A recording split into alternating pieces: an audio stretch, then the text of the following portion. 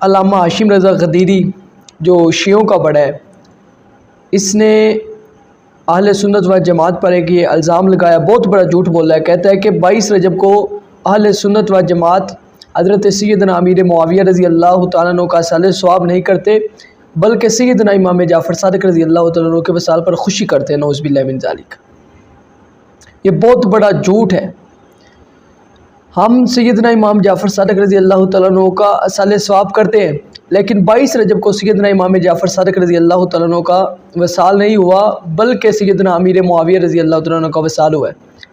تمہاری یہ کتب ہیں، مستند کتب ہیں، علی رشاد اور بہت سی کتب ہیں، جس سے ثابت ہے کہ امام جعفر صادق رضی اللہ تعالیٰ عنہ کا وصال ماہ شوال میں ہوا ہے۔ رجب میں امام جعفر صادق کا سال ثواب وصال ہی نہیں ہوا۔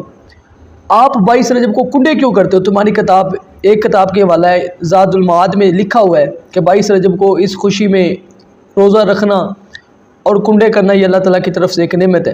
22 رجب کو صحابی رسول کاتب قرآن حضرت سیدنا امیر معاویہ رضی اللہ تعالیٰ عنہ کے وصال کی خوشی پر کنڈے تم کرتے ہو اور الزام ہم پر لگاتے ہو کہ نعوذ باللہ من ذالک یہ سنی امام جعفر صادق رضی اللہ تعالیٰ عنہ کا جناب ان کے وصال پر خوشی کرتے ہیں۔ کچھ تو خدا کا خوف کریں۔ ہم اہل بیت کے بھی در کے غلام ہیں، صحابہ کے بھی در کے غلام ہیں۔ 15 شوال کو یا 10 شوال کو حضرت سیدنا امام جعفر صادق رضی اللہ تعالیٰ عنہ کا وصال ہوا ہے۔ ہم اس دن امام جعفر صادق کا سال ثواب کرتے ہیں۔ 22 رجب کو سیدنا امیر معاویہ رضی اللہ تعالیٰ عنہ کا وصال ہوا، ہم 22 رجب کو سیدنا امیر معاویہ رضی اللہ تعالیٰ عنہ کا سال ثواب کرتے ہیں۔ او جناب بات سنیں، ہم نے تو کبھی یہ نہیں کہا، آپ نے بات کو بالکل الٹ کیا ہے، یا جس نے بھی آپ کو میرے بارے میں یہ جملہ کہا ہے اس نے آپ کو صحیح بات نہیں بتائی ہے، پرینک کیا اس نے آپ کے ساتھ۔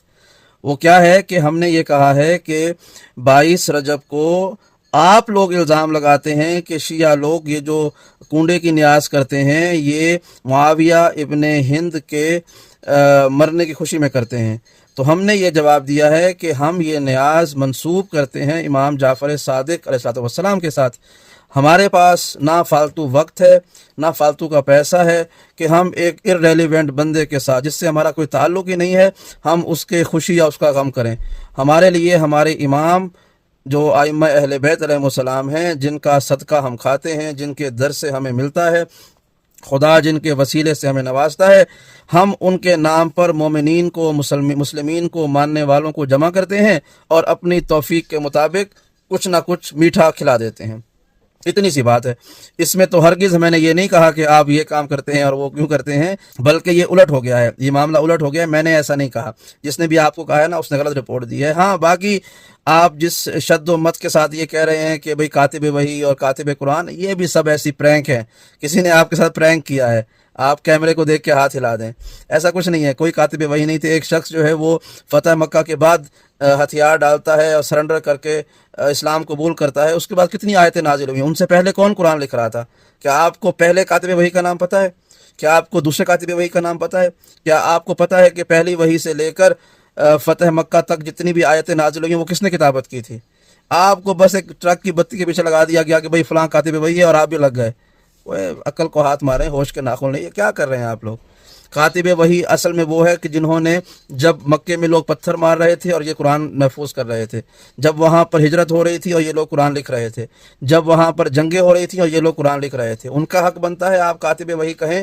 آپ کو تو ان کے نام بھی نہیں پتہ ہوں گے۔